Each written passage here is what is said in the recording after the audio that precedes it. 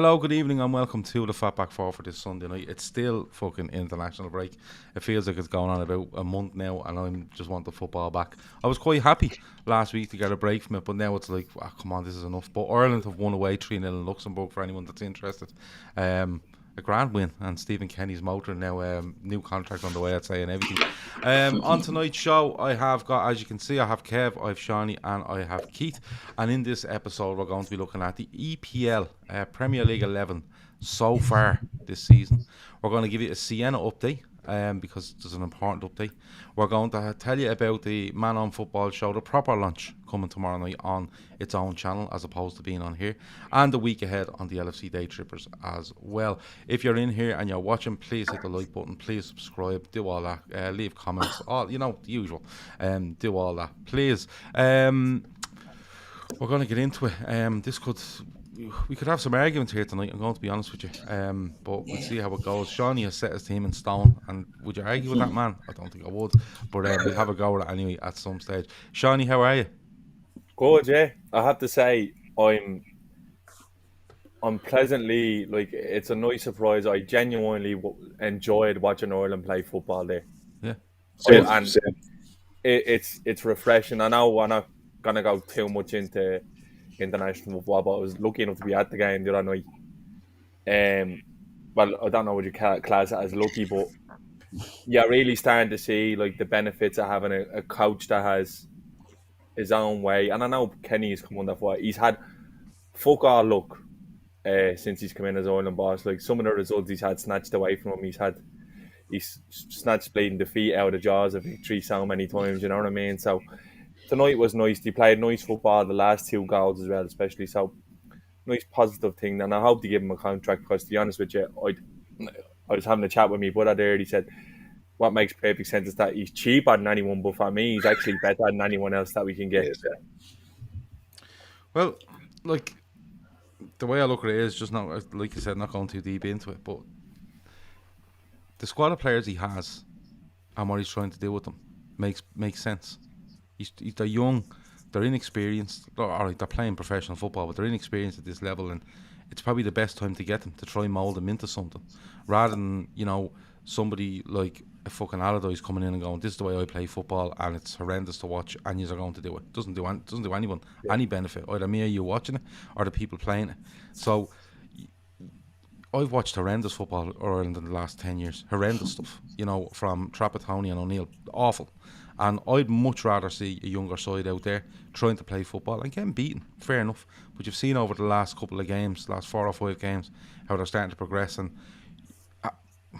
what's wrong with it? There's nothing wrong with it. The sort of way. And when it goes, don't get me wrong, the next qualification campaign, which will be for the Euros, there will be pressure on them. But I would be nearly looking and saying, you need to improve in the next one, and in the one after that, the next World Cup is probably where we need to start looking to qualify. So I don't see the issue with what he's trying to do. And name me a better fella that can go in there and do it. I'm not saying he's the best manager in the world, but the way he's looking to try do something with the players he has, I think is great, because otherwise we just go back to the normal stuff where we just get a manager in on a name and we just start hoofing balls as far as we can, like the rugby at the fucking Aviva yesterday. The sort of way. So it's one of those. But look, what can you say? I think he's doing a good job at what he has, and long may it continue, and give him some space in the next one. I'd even nearly give him not a free shot in the next one, but look to improve and then go again, because it's definitely a long-term project with the age profile he has. Well, it should be. It should be. Yeah, no, it absolutely should be. Anything on it, Keith? Or are you still busy? What are you ordering? You're ordering jerseys, is that right? I've ordered, order complete. Yeah, done and dusted. Order complete, nice. Brilliant. Swift, you know what I mean? I'm set up on the app. I'm a regular shopper. Just get in a couple of Argentinian gems from the olden days. Go on, tell us. I got the River Plate 1985 jersey with the number 10 on it, as worn by Enzo Francescoli, and 81 Boca Juniors Maradona number 10 job on Adidas, 2 whoppers. I love art with the Adidas Originals logo, you know what I mean? And with the proper logo on it. I'm a bleeding sucker for that sort of stuff. So yeah. And is it true you waited for your missus to go to bed before ordering them? Yeah, that's why I'm whispering. I don't want her getting angry, so we'll keep it low.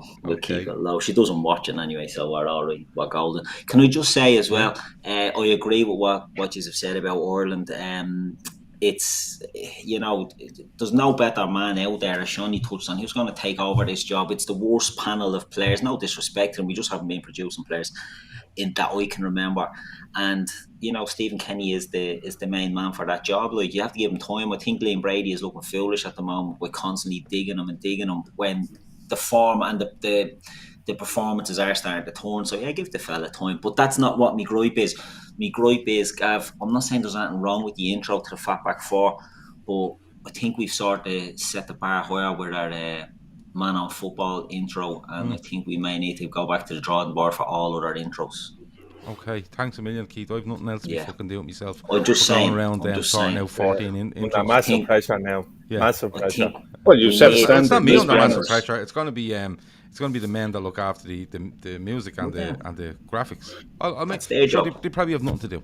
So there you go. They're probably sitting at home ordering retro jerseys a bit like you, and probably looking for something to do. So who knows? Okay. We'll see. I'll see how we can do. Red Steve reminds people that tomorrow the Man on Football show will be on when Gav messes it up again. I'm not messing it up again. I have it sorted.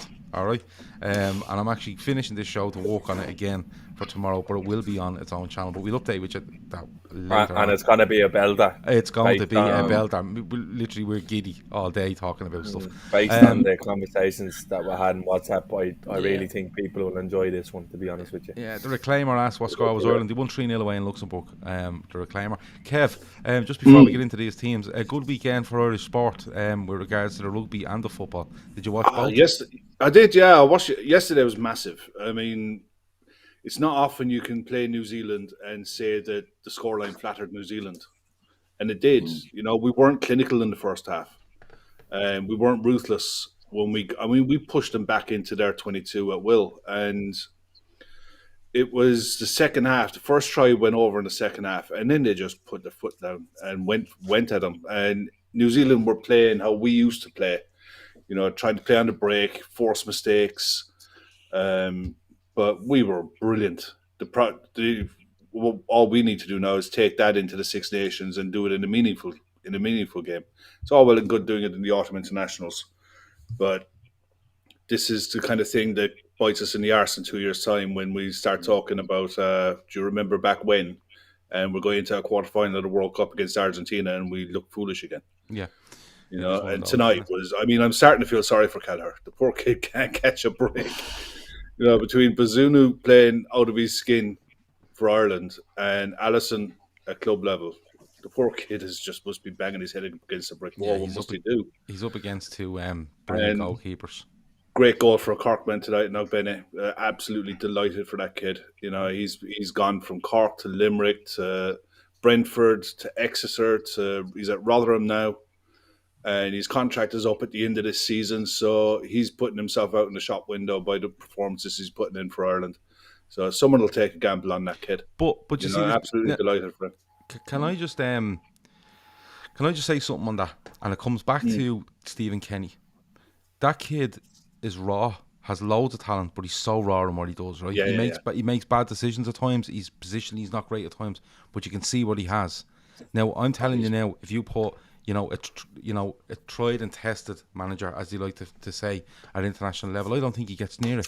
No, I don't think he gets near it, and I don't think he progresses the way he wants to progress. And that's where you have to be looking at Stephen Kenny and what he's trying to do. I don't think he's not the best manager in the world, not by no stretch, but what he's trying to do with those players, I think, is absolutely excellent. And more importantly, the players have all bought into it, hook, line, and sinker. The whole squad is in on it now. And probably one of the best things to happen to this squad was the foray around Callum Robinson. Yeah. And it brought the squad, I think it brought the squad together around him. And he's been on fire. He's been absolutely brilliant. He has been. Hopefully going into next summer now that we can try to start seeing kids breaking through into Premier League sides, top-end championship sides, and start to stake claims that you'll get a bit more experience, because the majority of the squad are under 23, 24.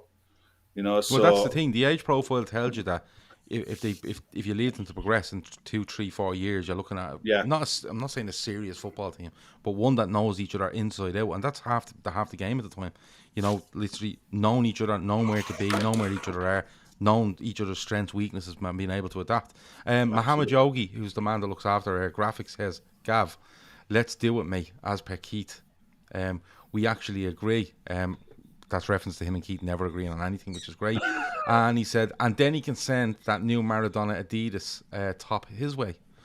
So I think Mohammed's looking for some sort of payment here, Keith, from you. Look what you've started, Gav. Look what you've started. Well, you started it by buying the jerseys, and but Mohammed, look, to be fair to the fella, and in the Man on Football show, you see the link for his email in the description. He's brilliant at what he does, and whatever 100%. He asks him to do, he comes up and helps us out. So I'll have a chat with him during the week. We might have to take it one at a time because I can't land 10 fucking intros on him, and I'm sure Paul that looks after the intro music will help us out. Right, David Lennon asks, is it on Periscope? No, it's not fucking on Periscope. Go away. You give it over, Dave. It's on VHS. It's on, yeah, he said it on VHS. Floppy disk. I'll give you a copy on floppy disk if you want. But lads, tonight we're going to talk about the Premier League 11 so far this season.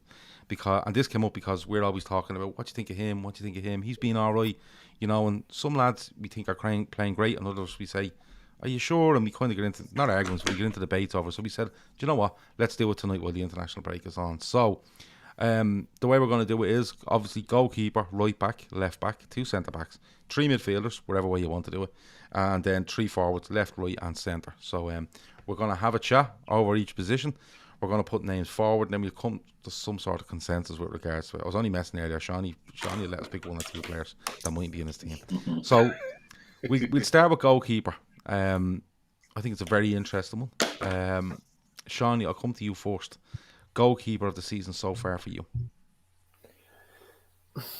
This was between 3, and then I narrowed it down to basically the importance to that team. And I was looking at Ramsdale at Arsenal, who hasn't. The reason why I didn't go with him is that it's still relatively, look, he didn't start the season. I think he was out of the first 3 or 4 games. Mm-hmm. And then there was David Raya at Brentford, who has been really, really impressive for me in the game, especially that we played against us. Now he's on the back of a long injury now. But then for me, then the number 1 for me, it's going to be Edouard Mendy at Chelsea. He's reminding me of an Alisson for them this year. Just big saves in big moments when the attack's not at it and the defence is not at it. He will make big saves in big moments. For example, the one away to Brentford in the 90th minute it's outrageous. So for me, I think it's going to be him, definitely. Since Tuchel's come in, I think he's really, really come into his own, and Chelsea look like they have a genuine top-class goalkeeper. Yeah, and you know what? There's loads in the chat there. Kevin Ball says he found a bargain in Mendy.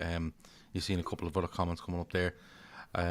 Mendy seems to be the one, and I think it's hard to argue against him.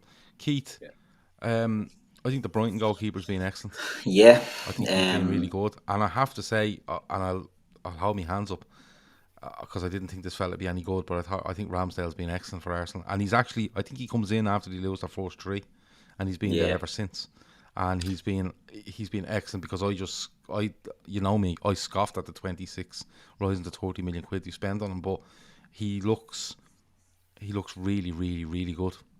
Yeah, he does. I agree. Mendy is the best goalkeeper so far this season for me as well. But before I go on to him, you're right about Ramsdale because I laughed at that as well. Looking at him, he never looked like a keeper that had much about him for me. And when Arsenal signed him, it wasn't that they signed a keeper from a relegated team. Like that doesn't really matter. It's that when I'd seen him, he looked very error prone and he looked very nervous and he didn't look like he had much confidence about him or much presence. He's doing really well there. I would like to see how he reacts to an inevitable cock-up. Do you know what I mean? And see what way he goes, because we've seen really good keepers when they've made a mistake sort of gone to shite, and we've seen good keepers like Alisson, like the Ederson, making balls or something. Like Ederson does in nearly every game. Gets away with them an awful lot, do you know what I mean? Because he just brushes her off, and Alisson is pretty much the same. So it'll be interesting to see what Ramsdale has about him if a mistake ever does happen. But can't argue, he's been brilliant. Honourable mention, as you say, Robert Sanchez has been good. Alex McCarthy's been excellent for Southampton as well. I was looking at the clean sheet list, and he's on 5, the same as Alisson. So Mendy and Ederson both have 6 clean sheets. Then Ramsdale, Alisson, McCarthy on 5, Robert Sanchez on 4, Gaeta at Palace, and Hugo Lloris on 4 clean sheets as well. David Raya on 3, with Martinez of Villa on 3, and Fabianski. Like there's good goalkeepers, but there hasn't been. Last season, I think Emi Martinez stood out as far and away the best keeper in the league. This year, I think, and the whole team, I'm struggling for standout players. I think a lot of players that I'm going to select, it's maybe more systems than individuals that are getting the rewards on it. But in goal, Mendy, he's conceded very few goals this season, right? As has Ederson. But I don't know if it's a psychological thing. Teams don't really attack Man City as much. Chelsea are a good defence, but Mendy is having to walk. It's not like, Alisson does nothing for 90 minutes and then has to pull out a save on the 90th. Ederson gets, Mendy's getting walked. So he's doing really well this season, and I didn't think he would. I thought he looked like, an error-prone keeper as well coming in there, but I have to put my hands up and say I was wrong on him, and he's been the best keeper for me by far this season. Yeah, Kev. Yeah, Mendy, I think is the overall winner here. Jono says he'd like to see Ramsdale against some better sides. He said he's not sold on anything to do with Arsenal. They've had an easy run. If they beat us, he'll be fuming. I'm with you on that. With regards to Arsenal. But Kev, I think you were going to pick Mendy, but are we being a bit harsh on Alisson Becker here? Because I think he's been unbelievable for us this season, and I think that goal last week, you could argue, was it a free, not a free? And outside of that, he's poor. He's poor for the second goal against West Ham. I think maybe some recency bias there is probably throwing Alisson out of the top spot, or is Mendy clear for you? Mendy's clear for me, and just to echo what Keith and Shawnee said, Mendy has made 28 saves this season, 6 clean sheets, 4 goals conceded in 10 starts. Ederson, 12 saves, 10 games, 6 clean sheets, 6 goals conceded. And Ramsdale, 24 saves, 8 games, 5 clean sheets, 4 goals conceded. There's no coincidence that Arsenal's form turned around when Ramsdale came in. They got over their blip with the COVID stuff at the start of the season, and it's paying dividends for Arsenal, the fact that they don't have Europe. And it was a thing at the start of the season I thought would benefit them massively, is they're a very young squad, and they will have time to work on patterns, work on the training ground, and bed things in. And you're seeing the benefits of it now with a back four that doesn't really change much. Their players like Gabriel are starting to really bed in now, and you're seeing the benefits of it. But for me, Mendy's head and shoulders above everyone else this season. A lot of it, I suppose, is because because Chelsea play back 5, they don't get attacked aerially. You're not going to get the ball out wide and whip crosses in, because you've got 3 big centre-backs in there, 2 big centre-backs and a converted fullback in Azpilicueta. They're clearing most things, so he doesn't get tested in that way. But he has made big saves, and to make the 28 saves and keep that many clean sheets is very, very good. Alisson has been good without being outstanding. He's made some great saves in moments in games, and his distribution is absolutely fine. There's nothing wrong with what he's doing. All the talk this week of, as soon as an international break comes up, people lose the plot for about 2 weeks. Talking about drop Alisson and bring Kelleher and all that nonsense. No, Alisson is absolutely fine. He had one dodgy, bad game. Yeah. But other than that, he's been absolutely fine. He's the most dependable keeper we've had in my living memory. So I'm not worried about Alisson, but I think Mendy is going to be a huge miss for Chelsea when the AFCON comes around. Yeah, we'll all be looking at the AFCON and who we're missing, and but how it affects when you're missing a goalkeeper. Yeah, but when you're missing a goalkeeper and the drop of his Azpilicueta, unless it's a penalty, Kepa. Or Kepa, yeah.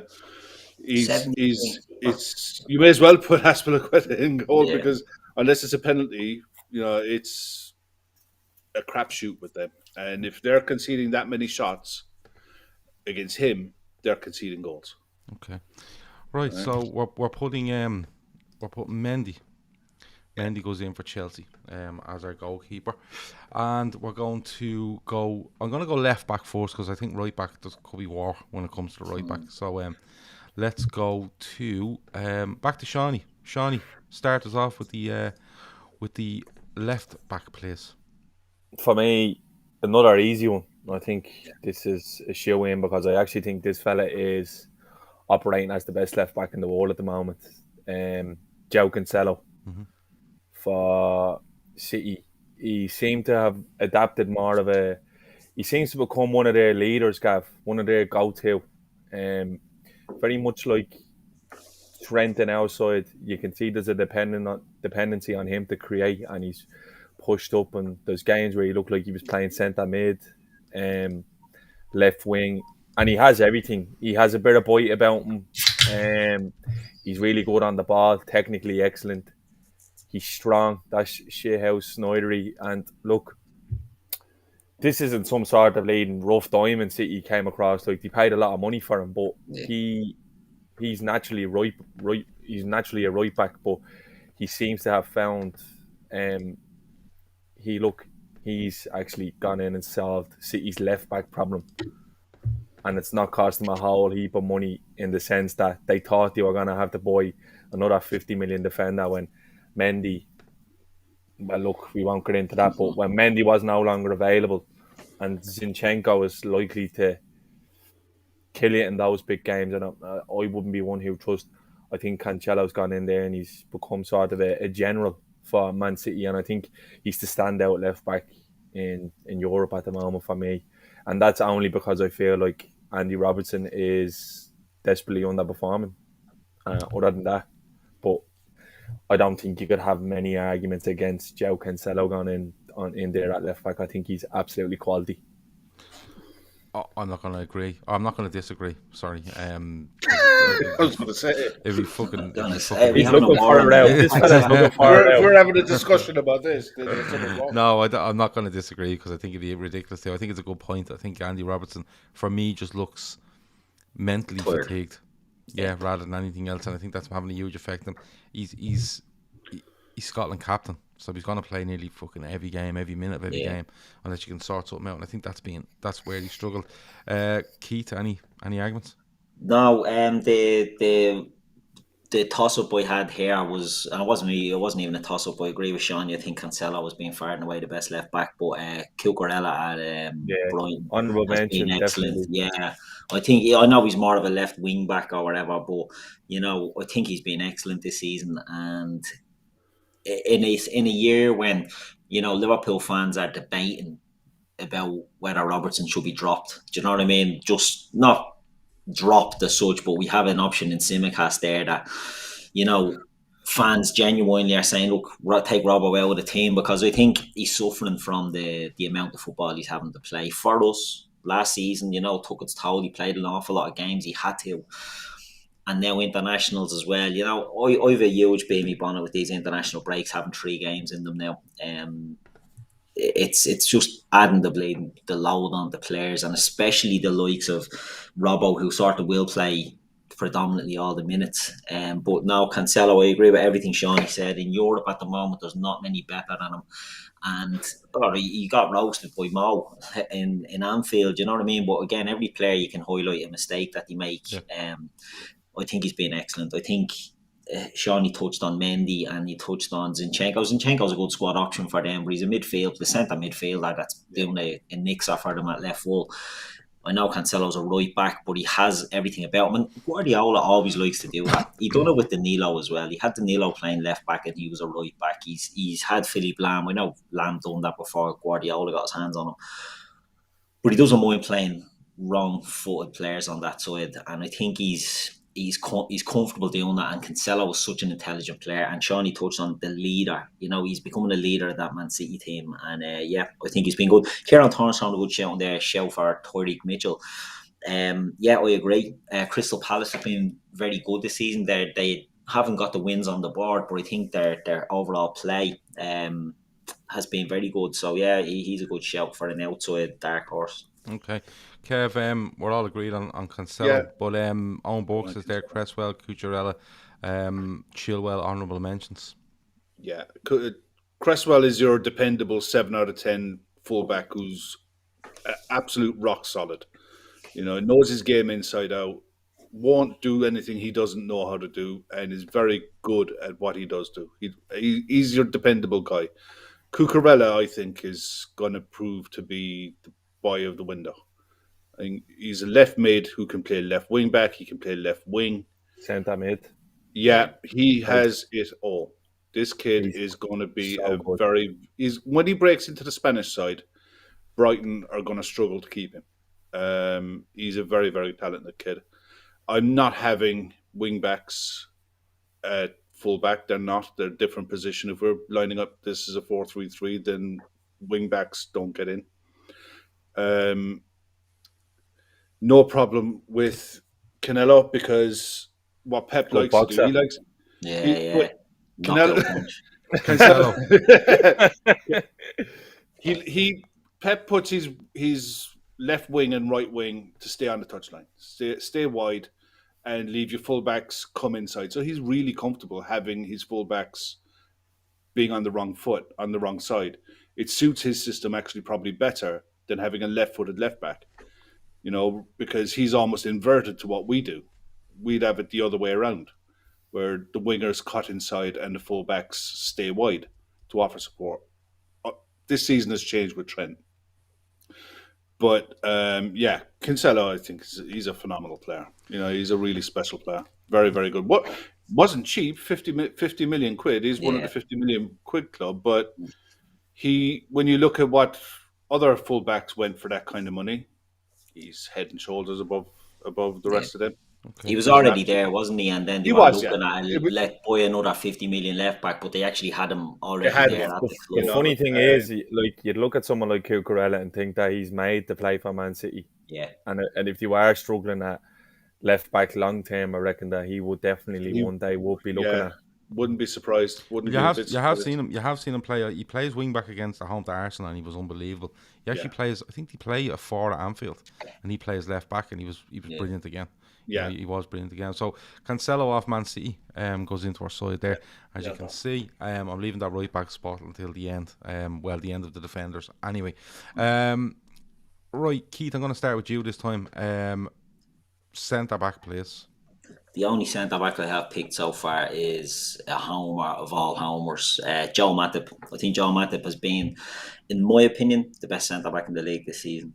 He's had maybe a couple of, maybe fatigue catching up on him a little bit at the moment, but I think from the off, so much attention has been on Virgil's return, and I think Virgil has brought that sort of leadership and assuredness back to Liverpool. But Matip has been absolutely brilliant alongside him when Virgil has needed a dig out. You know, we spoke about it in the Chelsea game at the start of the season about Virgil against Lukaku, but we all knew Lukaku was going to pull onto Matip. And Matip handled him bleeding like a child, you know what I mean? Like he was absolutely brilliant, and I think he carried that through. Joe Matip for me has been the best centre back by a long way in the league.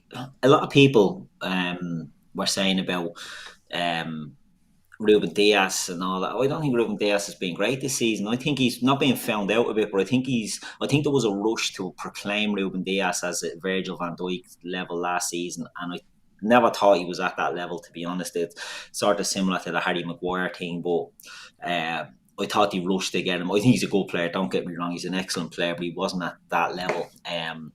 So yeah, Matip, he's so underrated, you know, it's criminal how underrated he is, but before centre-back is going to be Joe Matip. Well, give us your second one, just so we have it all in order before we go. I told you I only have one, so my second one is going to be a player that I'm going to put in based on system rather than...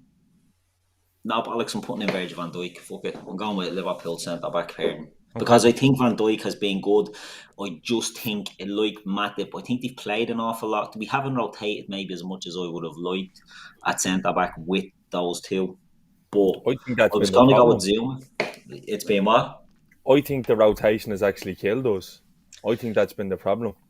Maybe not in the league, Shawnee, but I felt that there was games when, what was it, after Brentford, we played Champions League game against Milan. Not AC Milan. Milan. Was it Yeah. Milan? And I felt there was a chance to maybe rest one of them in that game, and we played them. And then we went, we kept going and going. I just think when we brought in Kanate, I thought he done excellent at Man U. Maybe one or two rests here or there. But look, I'm not going to argue. The only other one, it was a system player, and I was going to go with Zuma. A lot of people are mentioning Kurt Zuma in the chat. West Ham have been excellent this season. I'm not as big a fan as of their players as others are, to be totally honest with you. But as a system, I think they've been excellent. So if I was to be pushed on someone else, it would have been Zuma. But I'm going to go with Matip and I'm going to go with Van Dijk because I'm a homer and I'm a top red and all that sort of stuff. Okay. Kev, are you going against either of them? Both of them. I didn't have either of them in the centre back anyway. I had Rudiger and Diaz. Okay. Purely and simply because I think Rudiger is the leader in that Chelsea back three, and he is an absolute monster this season, playing for a contract or playing for a move, whichever way you look at it. But Chelsea have been absolute misers, and a big reason for that is obviously the back three. I get that, but he's very good on that left side. He's very good in that left sided position in the centre back. He is excellent, Kev. Before you go on, the reason I sort of overlooked Rudiger was similar with Chelsea. They're excellent defensively, but they've done a lot of chopping and changing of that back three. There's been a lot of players have played there, so that's all that he went out me thinking for that reason. He's 10 games. Yeah. So I didn't look too much into it, Kev. I'm not going to lie. I briefly had a look. So you're going to go. You're going to go with Rudiger first, Kev. I'll go with Rudiger, and I went with Diaz purely and simply because, for the same reason.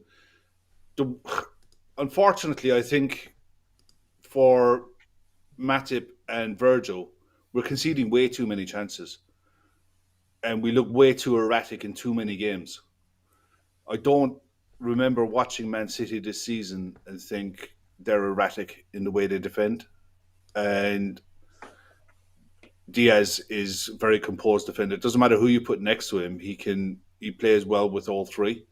Whether it's not so much Stones, Stones hasn't got in this, but it's even with Laporte, he's the standout one of whatever Man City decide to put in there. And just on this season alone, sentiment out of it, I can't get away from those two. Okay. Shawnee, have you got anything different to what the lads have said? I think Matip is clear. I think Matip, for me, is definitely clear. I understand where the boys are coming from, where Kev is coming from in terms of conceding a lot of goals, but I don't think that's down to the individuality of our centre-backs. I think there's a bit of a systematic issue at Liverpool at the moment that's leaving our back four exposed and just don't seem to be getting it really right in those one-on-one positions. But if you actually... Now, lads, I'm the farthest thing from a numbers fella, you'll see, but I remember... Who did we play? It was, it was funny enough. It was in the build up to the Brighton game, and they flashed up Van Dijk's numbers before the game, and he's literally top of the league in every stat, heading, passing, ball interceptions, aerial duels won, all of that. He's top of all that. And I'm not going to fight anyone too hard on. I would on Rudiger. I think Virgil is the victim now of his own brilliant average self. And if you look, I look at what Ferdinand said the other day on his podcast, and look, I don't take much heed of what Ferdinand says, but when he's talking about centre halves, I do, because I do recognise Rio Ferdinand as one of the greatest centre backs to ever play the game. And he turned around and goes, if you're giving me one player centre back to pick now, it's Van Dijk, even though people saying he's coming back from injuries, this, that, and the other. He says, Ferdinand goes, he's still doing the things that not many other defenders can do around in world football, and he still does that very well. And then you had Vincent Kompany come out the other day saying, I think they should ease up on the slander. I think, this is his words, I fear that Virgil van Dijk is the greatest centre-back to ever play in the Premier League. And that's high praise from a really, really good player. So that'll show you the level Virgil's at. So he's kind of being held against that. But is it fair, Shawnee, to just turn around and say Van Dijk is being really, really good, and he is a victim of his own his own standards. But when you look at what's gone on with him over the last 10, 12 months, injury-wise, he's been brilliant because of in that comeback. But there has been centre-backs that have probably been better in the league now. Is that fair? Of course, and that's the thing, Gav. Like you kind of take these things on. Like I said, you look at everything in kind of microcosm. If I'm looking over the long term, you can't put any centre back in front of Van Dijk in this team. But it's team of the season so far. And an honourable mention for me is Gabriel at Arsenal, who I think has been absolutely fucking brilliant. And he's a player. Ben White, to be fair. Ben White as well, It's Harry on the boat.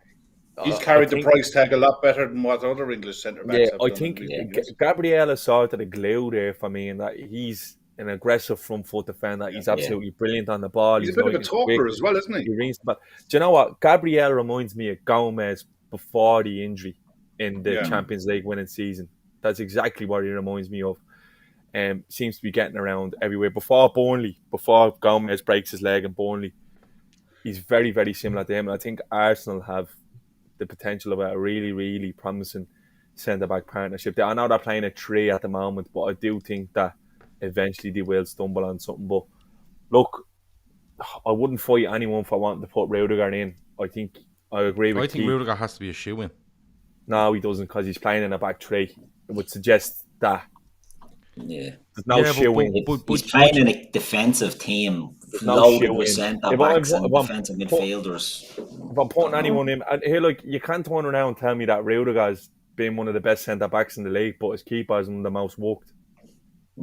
So I'll give you that. You kind of have to think about it that way, you know what I mean? No, I'll give you that. I think whenever I watch Chelsea, I like Rudiger as a player. I think he's very strong, good on the ball. Not many people get the run on him either. Yeah, he's quick. I don't know what the hold up is with Chelsea and getting him signed up. Whether the amount of money he's looking for. Whether his head's been turned or probably go and play in Bayern. But that's the level he's at. Like, you're talking about a fella now who's on a free, and PSG, Bayern, all the big sides will be looking at. Look, I'm not for 1 second saying Rudiger's not a good player.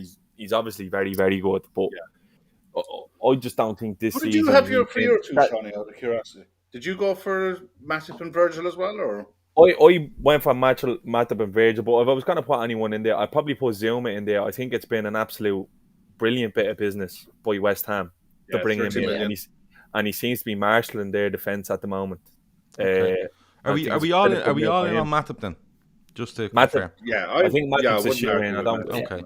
So the other one, then the option you're looking at is Rudiger, possibly Zuma, possibly Van Dijk. Out of those 3. Laura's comment is spot on there. A Virgil 7 out of 10 is like a Virgil 7 out of 10 is better than that, and Zuma can do. It's better than that, and Rudiger can do, and it's better than that. There's no doubt in that.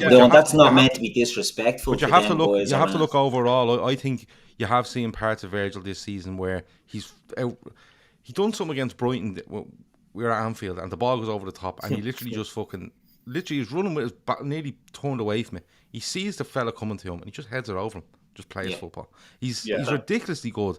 But I think there was a stat for the whole year where no fucker could dribble past him. Yeah, and but that's not the issue. Thought they did, and they were celebrating. This is that was the Pepe of Arsenal. But this is the level that he set. So he's going to drop down from that level, but it doesn't mean he's behind fucking.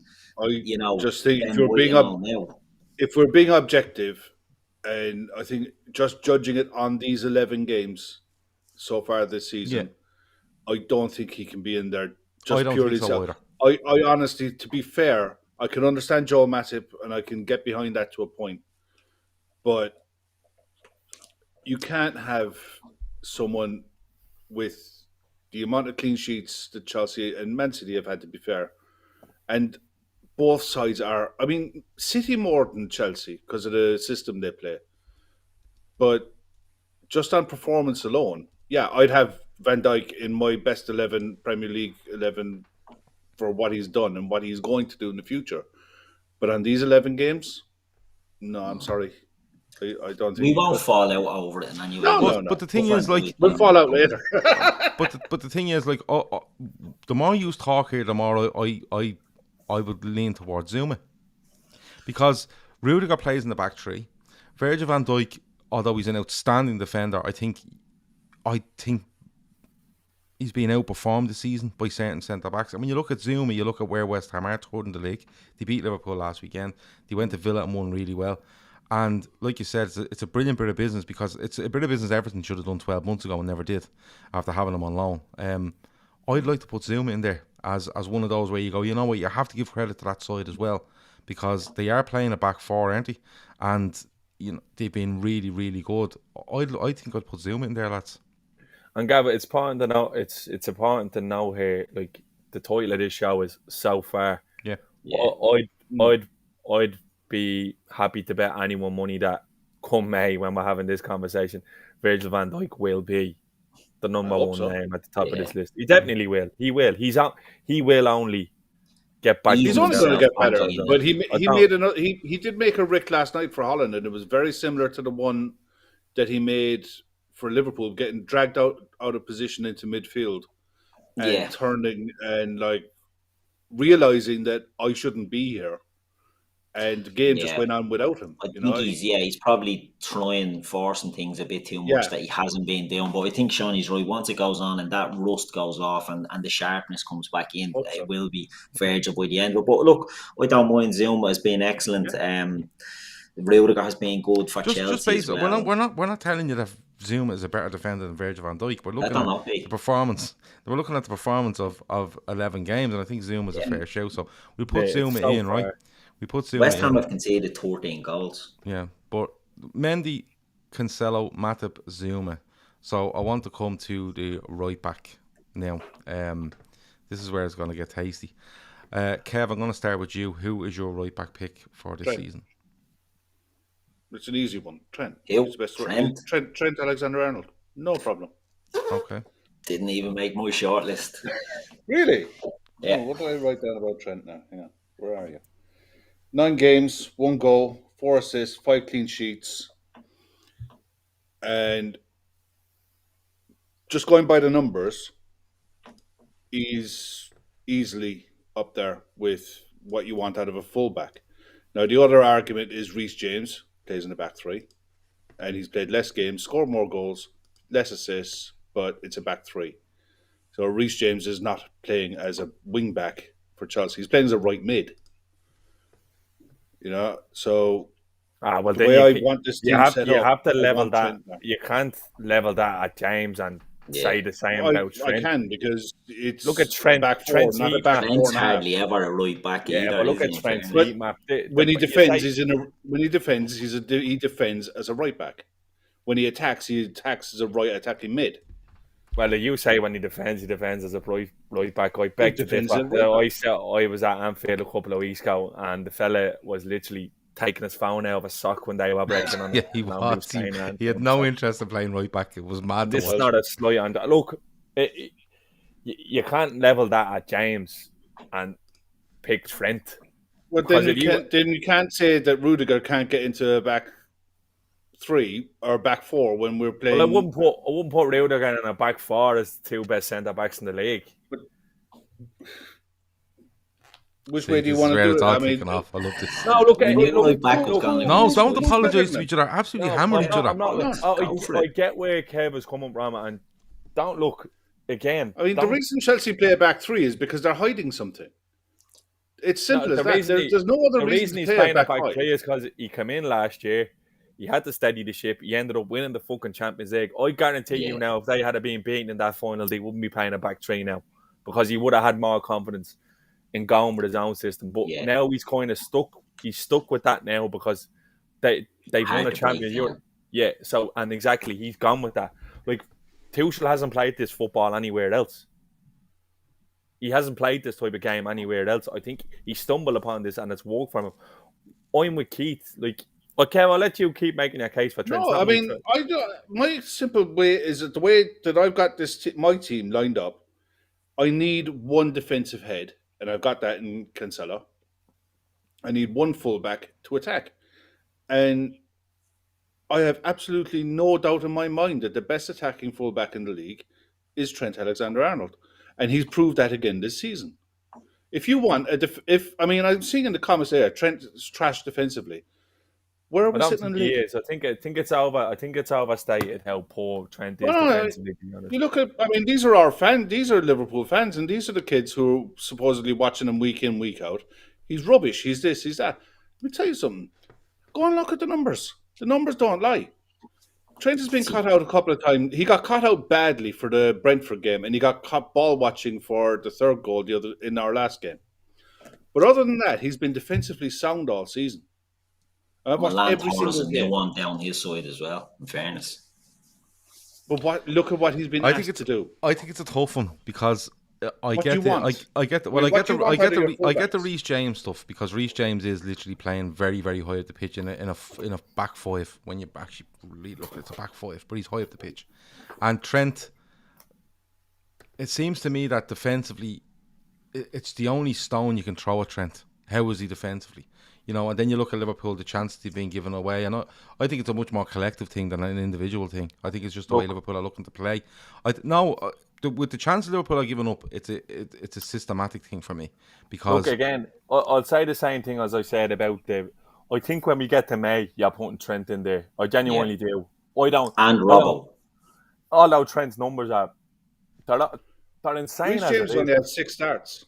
But the fella It's puts the up. eye test. The eye test is what's Yeah, killing me on Trent at the moment. Like he's Trent getting puts up- he's getting assists, but his performances aren't great. If we're being totally honest, and I love Trent. I think he's great. I don't think he's been at his best. Yeah. And even then, he's still putting up numbers. And I agree with you. But if I look at and I understand how important he is towards offensively, Reece James has won games for Chelsea this season when nobody else was doing anything. And When you he's been cannot playing his deny that. right mid. Yeah, but Because he started for England the other night in the right wing back position ahead of Trent. But it doesn't make a difference because literally he's doing the same defensive duty. You look at their heat maps, Kev, and I guarantee they're virtually identical. Yeah. I'd actually bet money on it that Trent probably spends more time further up the pitch than him. Yeah. no, it's a I think it's a very hard one. That's why I But left then it last. who else is in the conversation? Just out of curiosity, Shawnee, do you have Reece James in your team? I had Reece James as first. You went for him, did you? I actually had Trent in as third because I think the kid at Southampton has been phenomenal. Livramento. Phenomenal whenever I've seen him. Yeah, he's been good. He's been absolutely brilliant. And just before I come on here, I was listening to TalkSport and he had Theo Walcott on. And Theo Walcott said, like, the sky is the limit for this kid. He reminds me exactly of what I saw in Gareth Bale when I was at Southampton. I reckon that's how good he can be. And I understand he's on loan from Chelsea. Yeah. He said Chelsea would be absolutely mental not to take this fella back. But he's going to have to go in there and compete with Reece James. So he might Like have Tarek Lamptey. Well, Tarek Exactly. Lamptey had to go as well. Exact same thing. So Livramento has really, really stood out for me in one way because I literally got him in the fancy football at the start when he was 4 million and he's paid dividends already. Yeah, he's climbed the rankings there. I think as important, like if you were to tell me now that Reece James is going to miss games for Chelsea, I'd be delighted because he's so influential for them. He really, really is. And that's not to say Trent isn't for us because we can say that as well. I think Trent has gears. He still has way more gears to go into this season. And I think he will. And again, I'm going to say something. I think it may, when we're having this conversation, that Trent will be the standout fullback. For me, I think he will. He'll just grow into the game. You've seen how good he was, the goal against West Ham. I'm just with Keith. I just think sometimes this season, it just seems that the concentration is waning. He's not learning from the mistakes that he's been making throughout his career. And I'm not saying he's defensively poor. I think he's exposed by the system that he's forced to play in because he is asked to play way further up the pitch. And me and Gav were at the point game and Gav was saying, look at Trent, he's literally walking around the place. And I'm saying, this has to be instructed because nobody's digging him out. Yeah. It has to be part of what Klopp is trying to do there with him. So for me, I'm going to make the argument that it should be Reece James in there because I think he's actually, if you looked at it, I'd say he's put more points on the board than any right back / right wing back has this season. Okay, so we have a vote for Trent, we have a vote for Reece James. Where are you going with this, Keith? Laura Duffy's put a name up there that hasn't been mentioned, and that's who I've gone with. I've gone with Tommy Yasu at Arsenal. He's been good. I think he's been excellent for Arsenal. I think he's been brilliant. It's something about Reece James. I don't think will get much better than he is at the moment, and that's maybe why he's ahead of Trent. Whereas Shawnee touched on it, Trent has gears that he can still go up. Liveramento's been excellent for Southampton as well, but Tommy Yasu has been part of a defence that we've touched on. Ramsdale, we've touched on Gabriel. We haven't really touched on Ben White and Kieran Tierney, but this other fella now has come in. And they're looking a lot more solid. They're looking better back there. And I think he's been excellent at right back. But he's surprised me. I don't think he's been maybe the best right back in the He used to be a centre back. Yeah. He's played centre back. I think it was a Bologna. And he played centre back for them last year and the year before. But he played centre back in a back three, kind of similar to what Arsenal do with their third centre back and what Chelsea do with their third centre back. At Sheffield United, one of them goes, and he was the one who goes. So for him to move to right back, stroke right wing back with whatever way Arsenal want to go, he's capable of doing that. Yeah, I mean, to make the move from Italy, he's in really well. Yeah, as Paul says there, he's the highest point scorer in the defender in a fancy football. Jared Cahill's thrown that in just for that. What are you rated on? I don't know. Trent will always score you points in fantasy football, and that's the thing. He will get goals and he will get assists, but it's the all-round play that maybe has him. And that's not a dig at Trent. I think Trent's excellent. I just think he's suffering that, we're a little bit stretched at the moment. And, there's not many Liverpool players that I think walk into this team. In fact, there's only 2 that I think walks into the team. So, it's a hard one to get in. I think Trent at the end of the season will be there, but at the moment I wouldn't have him. And I just have Tommy Yasu there because it's more of a system thing that Arsenal have looked better at the back, so I've squeezed in an Arsenal defender and I've gone for him. Right, so we've 3 different names. You're Judge Jordy and execute. Yeah, and I'm going with Livermento off Southampton. Okay, 4 names. Well, leave it up. That's 4 then. Leave it up to the chat then. All right, okay, so there's 4 in there. I would go with Livermento for the simple reason. Reece James, you can argue, he's playing the back 5, and this is the back 4 we're looking for, right? I'll tell you what. Can you put a poll up in the text comments? Can you? And let the chat. Hold on, Kev. Hold on a minute. So you want to put a poll in the Liverpool channel? Chat. As the who's the best fullback. Will you stop? Will you? You're not a This isn't your first rodeo, Kev. Now, we got rid of one fucking world-class politician for another. let me make an argument for Livermento, right? Tommy Yasu, I think he's been all right. I think the thing about Arsenal is who they've played in this run that they're on. When they play well, when they've come up against anything decent, they've looked appalling. Right? I expect Tommy Yasu to be scratched out, by the way. That's who was impressed me, so I'm not pushing to get him in. Yeah, I think they we'll see when they play decent sides as to how they go, right? James, I think he isn't a back 5, but he's played really, really well. And Trent in a back 4 is as high up the pitch, like Shawnee says, as Reece James. The reason I look at Livermento is because, like Shawnee, whenever I've seen him, I think, what a fucking player. And again, he's another Chelsea product, isn't he? Has he gone there or is he on loan? Because I'm not actually sure. I think he's gone there. I think he might have gone there. Yeah, because I think he was looking to get into the Chelsea, so I couldn't and moved. I could be wrong. Someone might tell me. But looking at him, and you have to remember, this is Southampton side that conceded fucking 9 goals 2 seasons in a row, I think, or maybe I think so, and struggled at right back. Ever since your man that's gone to Arsenal left him. Cedric Suarez, and then they had Walker Peters there, and this fella's come in, and I think he's just been a breath of fresh air, everything he does. So for the age of him coming into that sort of side in Southampton that have struggled defensively, I think he's been the best right back in the league this season. Kevin Roll there with the comment cost £5 million. 5 million quid. So he has gone. I thought I read somewhere that, but Pranev Menon says Chelsea have a buyback option. But they always will. They won't. But the problem there is that will the player want to go back? Because I think the reason he went is because he wanted to get into the first team and couldn't. And Chelsea, that's the reason he left. But he doesn't have a say. Like Chelsea take him back then and just put him straight up for sale, and they'll get more than 5 million for him. Be interesting to see what happens. Yeah. Yeah. Can I have Liveramento? Yeah, Yeah, you're nice. Why not? He was I my had him at second one second. there. I had him at Yeah. second as well. Same here. And now I'm going to try spell his name, so that should be good. Liver. Mento. Liver.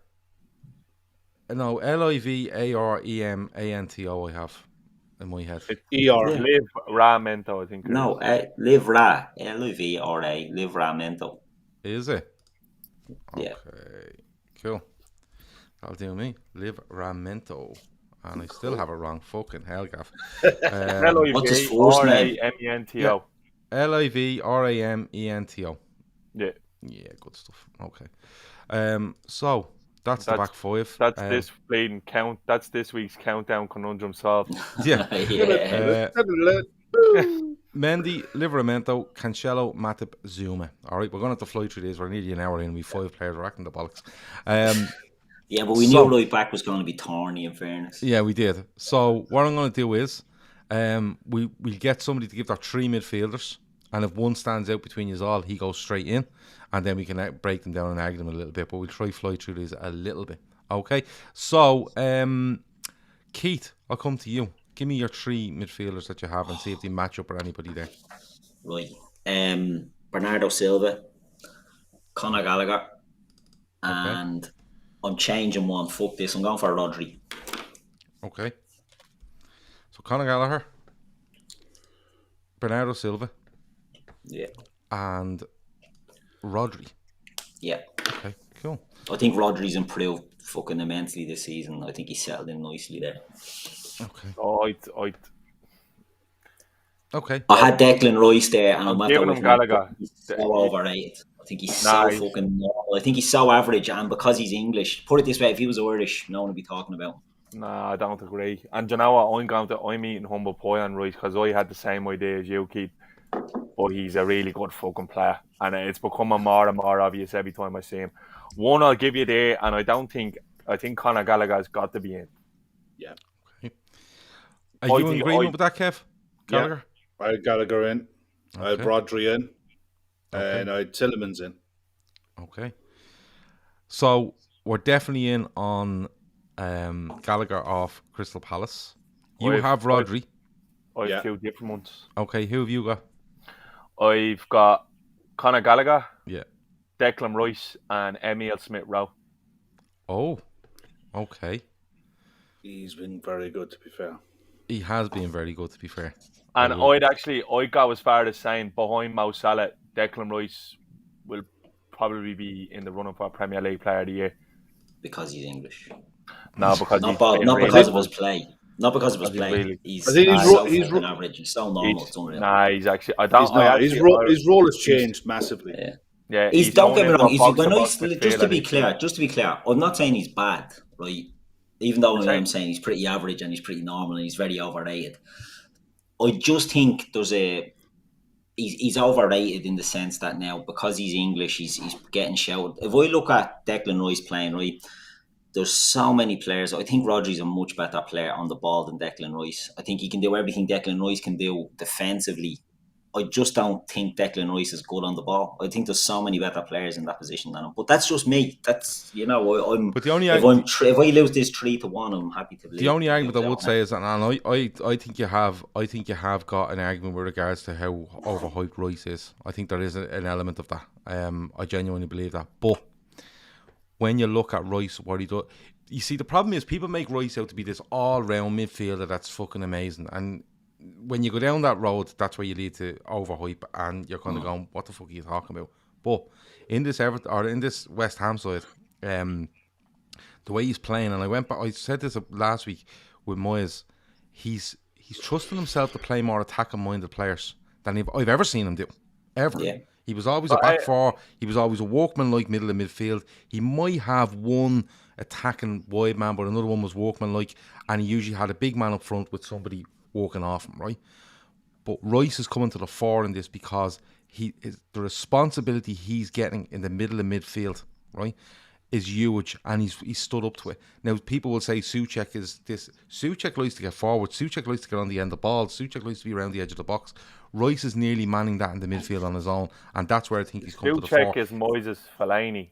now. Yeah, but exactly. But if you look at Declan Rice as a player this season that you want to intercept, win ball, headers, tackles, get it to the people you want to get it to, i.e. Fornals, Bone, whoever it might be, I think he's been absolutely excellent, Declan Rice. Just don't try to go down that route of he's the all-round complete midfielder, because he's simply not. And you've seen it in the Euros.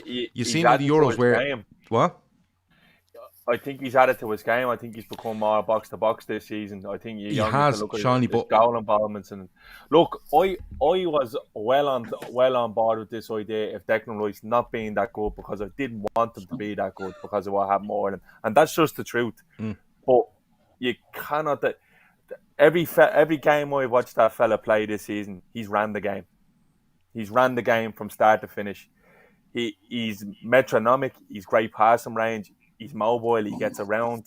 I think he's good on set pieces. Like, he nearly got a fucking header against us. I think he's been very, very good. I think whoever gets him is going to have to pay a large chunk of money, and he will improve whoever he goes to. Great. Would you argue if I put Rice and Rodri in there then? Rice and Rodri? Yeah. No, you wouldn't put two. I think Rice suits a two-man midfield. And I think the roles have reversed this season for West Ham with Souček. Souček is sitting a lot more.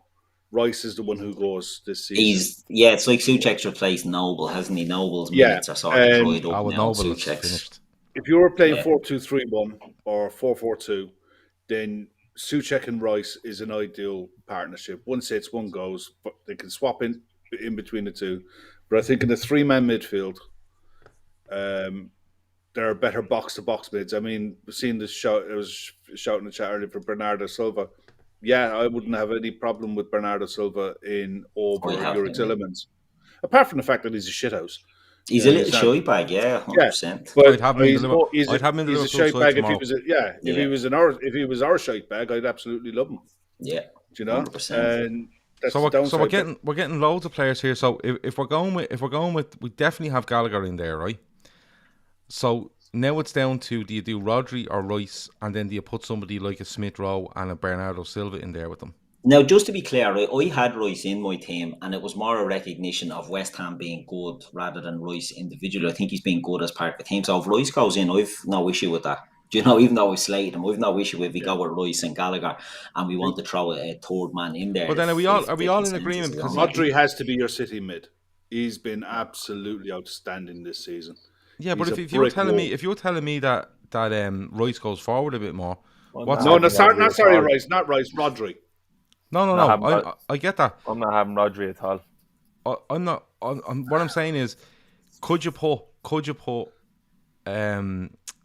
Rice in as a midfielder that, like you said, wants to get forward a bit more? What I've seen from Rice is not the forward stuff, the breaking up, the winning the ball, the getting to other players. I think he's been excellent at it. I think. Rice? Yeah. Do you know what? Do you know who I think he's like, right?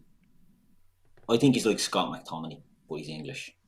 And that sounds like damning him with faint praise. I think Scott McTominay's a good player, personally. I think he's a good player. As well. I think he's a good player. Yeah, genuinely. So it's not a dig at him, but I think he's very like Scott McTominay. He can do a lot, but he's not great at anything. That's how I see Declan Rice. And look, if we want to get him in, and we have him and Gallagher, and we look at the tour. I can't believe Bernardo's not getting more love in this, because I think he's been excellent. I think he's been City's best. I think he's up there with Foden as their best player. I think he's been better than Foden this season.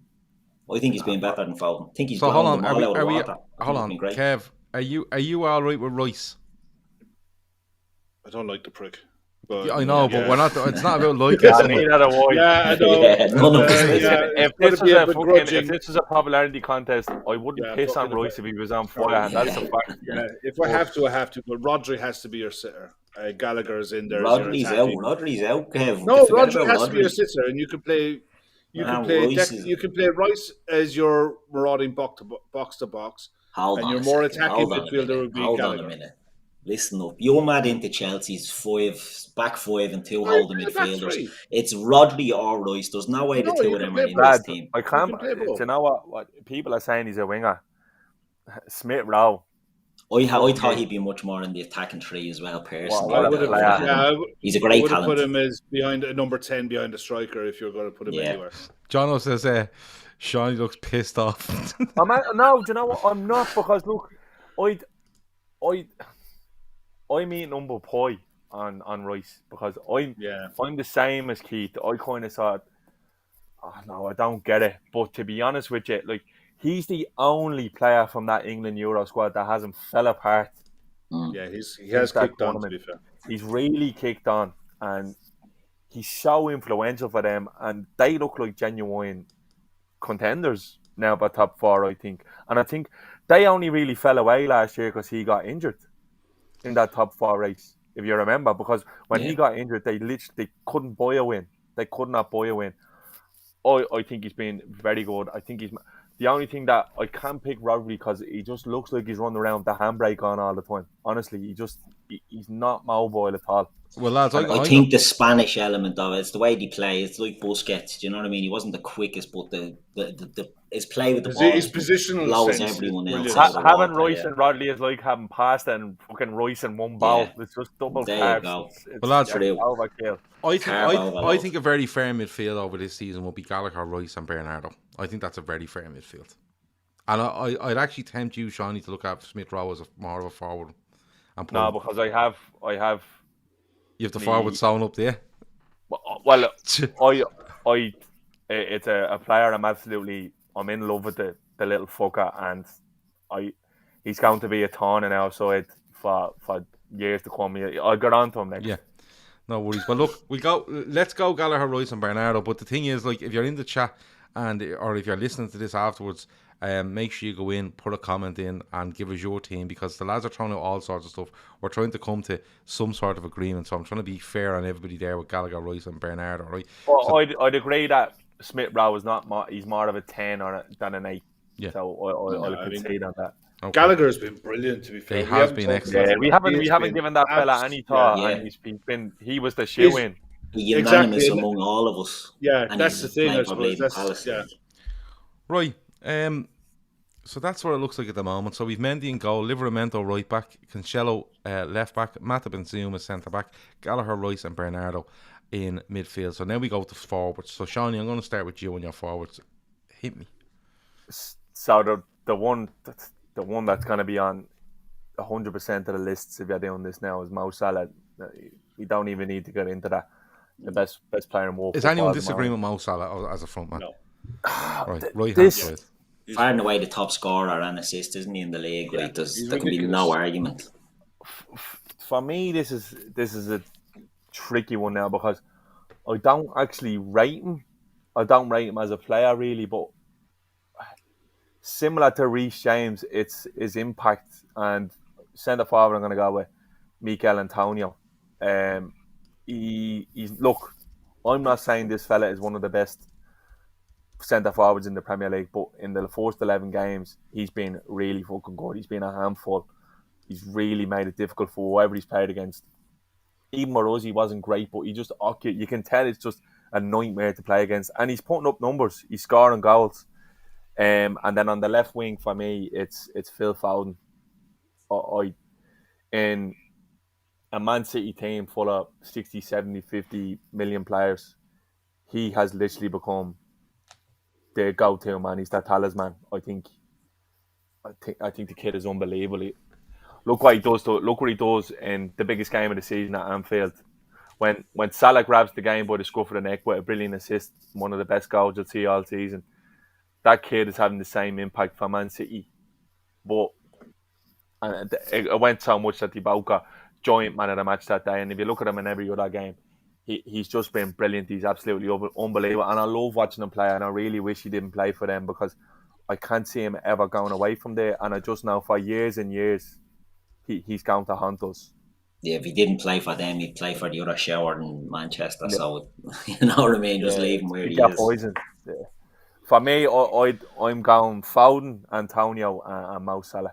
Now, I'm completely open to change there on the front. I'm flexible in them positions. Foden. And people throwing Trossard in. He was fucking good against us, but he hasn't been great. He's been okay, Trossard. I'd have Rafinha over him. Well, And funny you should mention that. I have Rafinha in mine. But can I move on to mine? Jumping in Yeah, there. like I don't. I think Salah is nailed on. Salah is nailed on. Just Salah on the is nailed Foden on. thing. I know he's a City player, but he's actually a player I look forward to watching. Simply because he works so hard. He's very, very skillful. He has everything. You know by looking at him, he has everything. He's just going backwards, going forwards. He could easily go in the middle of midfield and do it. Because there was one. Do you know what it was? I kind of wondered about, is he physical enough? And is that why they're pushing him wide a little bit? And then he literally had Wan-Bissaka on his back in the Man City there, in the derby, and he literally had him on his fucking back, and he took it out of the sky while this fella is hanging out. And I thought, and then he just moved for it, and I was like, "Fuck me, he's a strong player as well." Wan-Bissaka spends more time in his back than I've laid two. Yeah, well, he was up on this fella's back. But in fairness, he is very good defensively, Wan-Bissaka. Like, the fact he done it against us was against Milner. He done it against Wan-Bissaka, who can only really mark, and he fucking made shit of him. So. He had Milner's legs like spaghetti after 10 minutes. Well, for me, I'd be honest with you, when I was looking at this earlier, my only one was who am I putting down the middle, because I had got Salah and Foden as well. Yeah. Keith, you have Salah and... I couldn't pick a centre forward. I don't think there's been any. I hear you on Mikel Antonio, Shawnee, and you know he's been good. Jamie Vardy has scored goals, but he hasn't impressed me. Harry Kane has been on strike, and I hate his guts, so he definitely wasn't getting in. So I went with Salah, Foden, and Rafinha, and the only sort of dodgy one I had was Rafinha or Mane, and Mane just didn't pass the smell test for me. But he scored in goals. Do you know what I mean? So I was looking at it and I'm like, you know, if you have a front three with Mane, Salah and Foden plays centrally a lot, false nine as well for Man City. So I didn't even go for a centre forward. I settled on Rafinha, Foden and Salah for me. Okay. Foden, Salah. Kev, have you went against Foden or Salah in this side? I went purely for the numbers because I wanted forwards to score goals. So I went for Salah, Vardy, and Mane. Okay. On 11 games. Vardy has 7 there, as I can see, yeah. And you can't argue with their return. He hasn't been outstanding in the build-up play and what have you, but his job is to score goals, and he scores goals. Foden's return, as much as off the ball and in the build-up and everything, that is absolutely fantastic. His goal return isn't up there. And it will. I think over the season, he is far and away the best English talent I've seen since Gascoigne. I think he's going to be an absolute world superstar. But if you just base it on the 11 games and you want forwards to score goals, those 3 forwards score goals. And the 3 players behind them feed them. I think Foden would create an awful lot as well. And while he doesn't score as many, I think a unit would score more with a Foden than a Vardy. As silly as that sounds, Vardy does score goals. And he's underrated in what he does for his team as well, Vardy. I just think he's getting on a bit now. I think we need to look. You probably have to give Vardy the nod, wouldn't you? You can't hold against the fella. He scores all the time. Just because he scores 20 goals every season. Do you know what the big thing about? Do you know what the big thing about Vardy is? When you look at Leicester, even when they win the league, Vardy is outstanding, and that's gone back 5 years ago now, and he's still going. He's 34, I think now, Vardy. The argument for me, the argument for me is change the shape. Put Foden in as a 10. You can't change the shape. I'm not fucking doing all the graphics. No, you can fuck off. No. Mad. What do you want to play? No, you can change it to 4-2-3-1. Hold on a minute. I've done all the graphics for this show, right? That prick Keith has fucking decided he wants 14 new intros, and now you want to change all the fucking system as well. Like, what do you think I am? Just say, look, if you wanted to pop Gallagher out and put Foden in over Gallagher, I know you're trying to go. And then you could play 4-2-3-1. Because he was overlooked as well for midfield. You could look at Smith Rowe. The argument then is I had Smith Rowe as an option as well in the front 3. Smith Rowe from the left, and I think he deserves a mention. That kid, he looks like the player that Man City thought they bought when they paid 100 million for Grealish. That's the very reason why Aston Villa went to try and sign him. Yeah, because he's a carbon copy of him, but I think he's more mobile than Do you know who was actually going to get? Do you know who I'm going to give an honourable mention for centre forward? Ivan Toney. Yeah. He's been good. And He's in been fairness, very good. It's just really goals impressive. lacking for him, though, isn't it?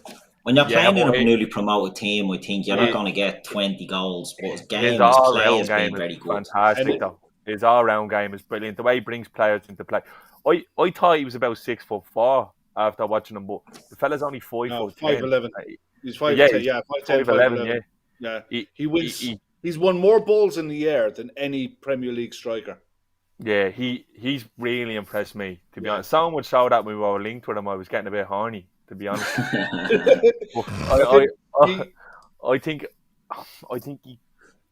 he's ready to kick on them from Brentford. He scored more goals than anyone ever in the Championship season, and there's a smell of Michael Trappert off him when he was coming up now, to be honest with you. Like one of them players who just bangs in goals in the Championship. Vidra is another one who just banged in goals. He always gets them and then stings the gaff out. And he's been really good. I know we're talking about goal contributions and that, but his all-round game is brilliant, and he's a handful. I think if you're battering a centre-back constantly for 60, 70 minutes, it's going to cause the centre... It's like chopping down a tree. The more you fucking do it, it's going to fall over. Not even Tony is a player who just rams it down centre-backs all fucking day, and then the other players pick up the scraps. I think he's only got 2 goals this season. But everyone else is benefiting. Should Mason Mount be in the conversation? He's on my honourable mentions as well. I think he's excellent. And unfortunately, here's the... if it wasn't for Mo Salah, Jared Bowen. There you go, Kev. Jared Bowen, you know what I mean? Jared Bowen, I think, has been... I think the most interesting one in all this is a centre forward. You should just leave Salah out of this because it's so blatantly obvious, to be honest. Let's be honest. Like he's not allowed in Player of the Year or Player of the Team of the Season because he's just obviously him. So apart from him, who else gets it? Well, like that's what I'm saying. So people in the chat can go in afterwards and put their team in the comments or wherever you might be. I think it's hard to argue against Vardy. 7 goals in 11 games, and going back to the point I was trying to make earlier, like he's brilliant. Like he's just brilliant at what he does. He works hard for Leicester. Although they're trying to reduce his work rate, you can see that because of the age of him, and they're trying to make him more of an impact player while he's on the pitch for the majority. But it's probably the 4th season I've looked at it and went, you know what? They've brought in a top striker, in my opinion, in Daka that's going to go on to be really, really good. And it could have been pressure on Vardy. Now, people would say Ian Acho's the man under pressure, but Daka, to me, looks very similar to Vardy. He's pacey, he's quick, he's a good finisher. And Vardy's still turning around and going, well, fuck that, because like, I'll do it anyway. You know, the sort of way, like, he's not phased whatsoever. He could have easily turned at 33 and 34 and went, yeah, listen, he's the heir to the throne and play less. Tommy T. Ronaldo, he's already won 2 league titles this season by United. So that's it. Can I just get to Jono's comment there a minute, because he's pulling me up on what I said about Foden. Let me be clear. Paul Gascoigne was the most naturally gifted footballer I've seen, English footballer I've seen, that pissed his career away. Pre-injury, before Stuart Pearce got hold of him, he was a ridiculous footballer. Phil Foden, to me, has all of the tools, the most naturally gifted, silky footballer to be magic, every bit as good as what Gascoigne could have been if he's protected. And he has, and Pep has protected him. So I think there have been better English players, better English midfielders. Yeah, I'll give you. But I'm sorry, Phil Foden, natural talent, has all the tools to be a pure world superstar. It's just my opinion on it. And John, hold on, Kev.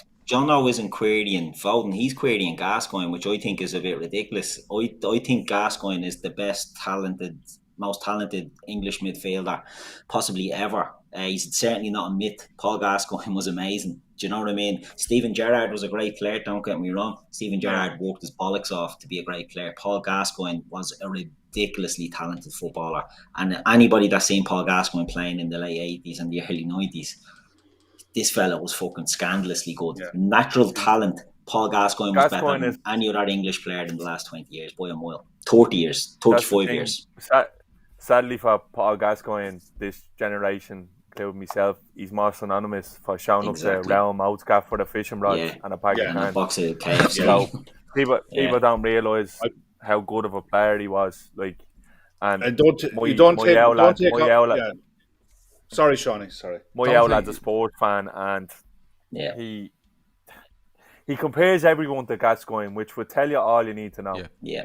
Like, Gascoigne was that's just Gascoigne was ridiculous magic. because like when people talk to me about Liverpool, and I keep going back to John Barnes because I just can't see past him. I just can't, because literally growing up, you know, John Barnes arrived at Liverpool in '87. My first game watching Liverpool is a year earlier, and John Barnes is like, what in the name of fuck is going on here? That's how good he was. But Gascoigne's around at the same time, and He was only a kid. the running power of him, kid the running power of him, and like just going past as if you weren't there, and just like literally barreling through midfield, like, and there was no stopping him. But he had finesse. He had the lock Gascoigne. He gets a very unfortunate injury in the cup final in '91. I think that's one we could actually go Brought into on on man himself. on Gav. Yeah, I think Gascoigne might you be. could do an own show. show on Yeah, we could do a whole Man show on to be Gascoigne. honest. He was phenomenal. Wizard says Cristiano Ronaldo has 15 goals already in all competitions. There's no way Cristiano Ronaldo has 15 goals in all competitions. He must probably be got 8 of international, them sir. against Luxembourg in European qualifications. Yeah, well then so. I'm not having that. He didn't get anything tonight. Because so. I have to be honest with you, Ronaldo comes his debut against Newcastle. He does a couple in Europe to save them, but in big games this season, for me, Ronaldo has been appalling for Manchester. 4 league goals. Yeah, 4 he's been league goals appalling. for United. 2 of them were against Newcastle, weren't he? Yeah, and that's in. Hold on. Ronaldo is a brilliant signing for Manchester United, but A, he's not being used right, and B, he just doesn't want to work the way the team works. So they don't look like they fit at the moment, but he'll get plenty of goals for them. But 4 goals in 8 games for them, and as you say, a couple of them in one game. Well, Yeah. I'm putting Vardy in. I'm putting Vardy in, and people want to. So there's. I want them out. I want Rafinha. Okay, well you can have Rafinha in your team. You can argue this He on is in Twitter. my team. He is in my team. So the team so far this season for us, and it's open to argument because that's what we're here for. Mendy from Chelsea, Livramento from Southampton at right back, Cancelo from Man City at left back, Matip from Liverpool, and Zuma from West Ham at centre back. Midfielders of Gallagher from Crystal Palace, Rice from West Ham United, and Bernardo Silva from Man City. And up front you have Salah from Liverpool, Vardy from Leicester, and Foden from Man City. I think that's I just find it crazy. We've been unbeaten for the whole season, apart from, going into the last game, and we lost that 3-2. That we've really only got 2 players in that list. Yeah. Yeah. It's crazy. But that's the levels But again. I that couldn't you're make looking an for. argument for any others. That's the thing. No. Like we've just You been... can have a discussion around all of them, but I wouldn't argue against that team. Well, Red Steve says Ronaldo has 9 and Kane has claimed all of them. So there you go. My highlight of the week is definitely Harry Kane and what's his face, Harry Maguire, cupping their ears when they scored All goals the against Harrys. Albania, didn't he? Which was I wish I'd seen absolutely Keno crack. go in on him. Yeah. I wish I'd had ITV and I'd have watched Keno going in on Harry Maguire. Not having a bar of I that, might have to wasn't. dig it out. But anyway, listen, just before we move on to our next section, because we've only 5 minutes or so left, right? That's the team we've done. If you want to argue it, by all means, afterwards, put your 11 in the comments underneath, and we'll read through them and we'll argue them with you and stuff like that. If you're listening on the download, get onto Twitter and let us know. On Facebook, let us know. Instagram, let us know. Don't forget to like, don't forget to subscribe. It's all very important. All this stuff, the more you interact with us, the more important it is, apparently. So go and do that, lads. I really enjoyed that, picking that 11. Just before we go, a couple of things we want to touch on. Sienna, we gave an update I think on Friday when we were on the show, but Sienna had her first surgery on Friday, and I've just seen a tweet to say that she's come out of intensive care in our ICU in St. Louis. The plan was that she would be sedated until today because it helps relax her body, and she's a 3-year-old child, so when she wakes up and that sort of thing, kids' natural reaction is to go, what's going on, and jump about, and that's not what they wanted her doing. So I've just seen a tweet from Ray Brady to say that she's come out of ICU this evening, and the next step now is that she's going to be sitting up, which is a huge thing after surgery like this, to sit up. And the next thing I think over the next couple of days, if I'm right, is a second surgery that's been recommended just since they got to America, which will help her even further. So that's a brilliant update we've got. And as I said, we're all talking about teams and all, but this sort of stuff that we helped out with just pisses all over or anything else we do, to be honest with you, and all the lads agree with that. So that's the update on Sienna, and it's a good update check out Sienna Steps on Twitter, on Instagram, on Facebook for any updates. And they're trying their best, but literally it's a mother and father thousands of miles away in America looking after their daughter. So you might get the odd one every day or two, but because they're busy looking after. So, but check them out. Go and send them a message or wherever it might be on any of those platforms. I'm sure they would be very happy to hear from you. Seany, you said something to me earlier. You said it's going to be a belter. 8:30 tomorrow night. Man on Football show.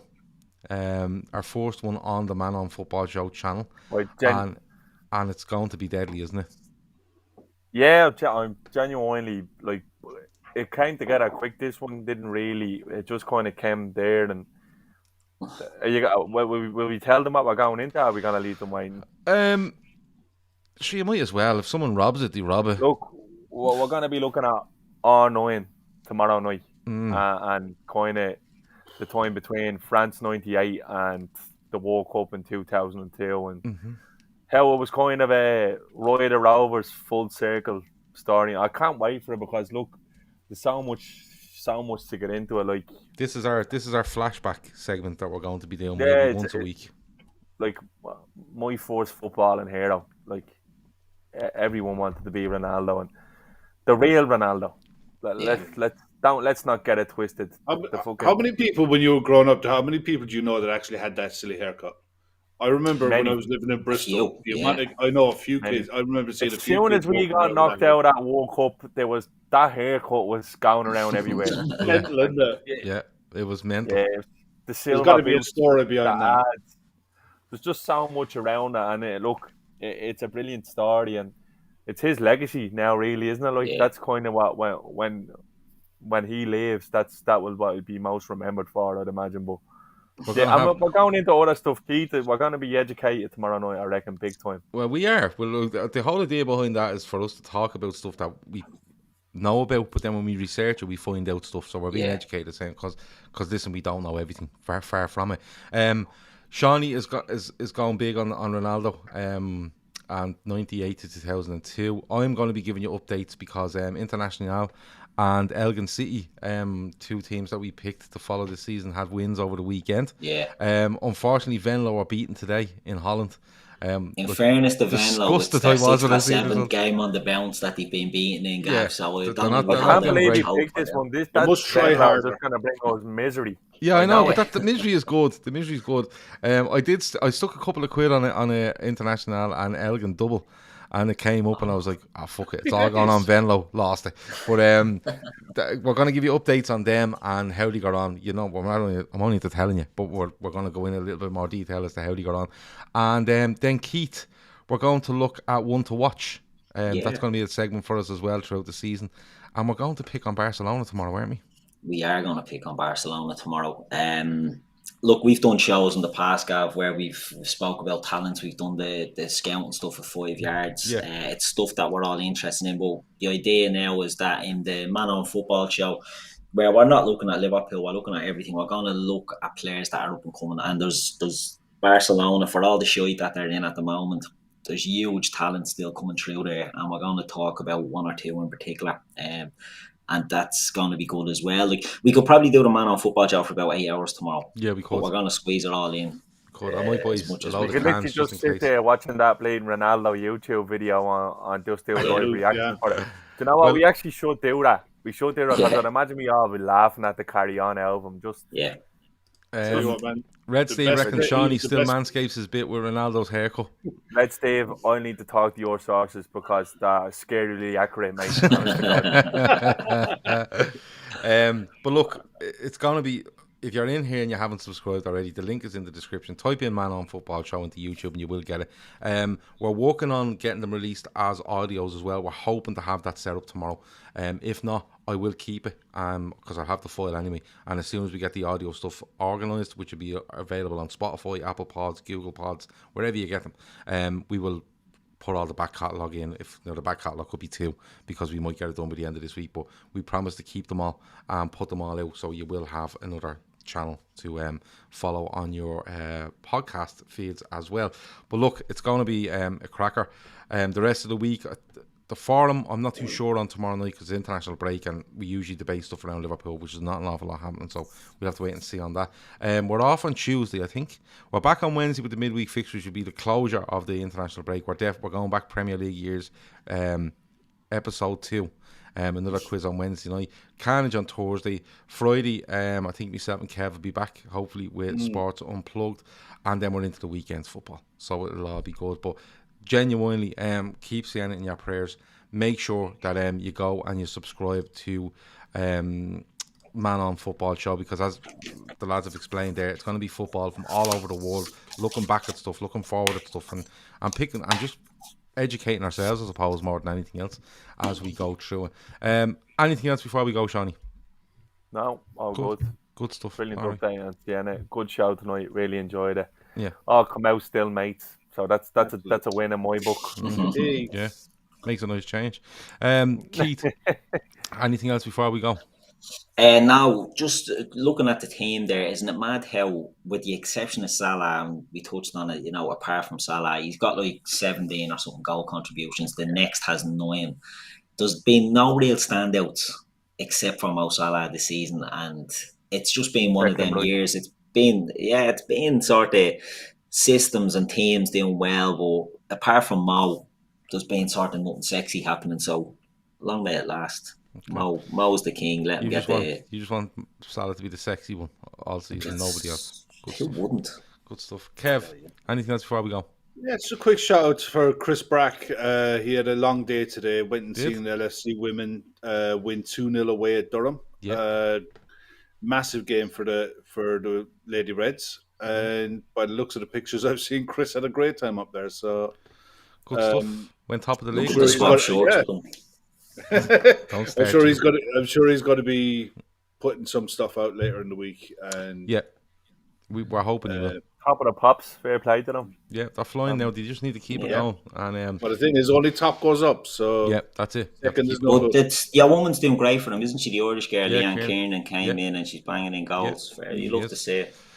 Right, I think that's it. That has been the Fatback 4. As I said, somebody asked now build up to the Arsenal game this week. We'll have a big chat around it, Tommy. Me and Kev on Friday night. Yeah, we'll have a big chat. And I'm sure Carnage will be a preview of Arsenal as well. So there'll be plenty of Arsenal stuff coming towards the end of the week. That is it. Talk to you in a bit. Over now.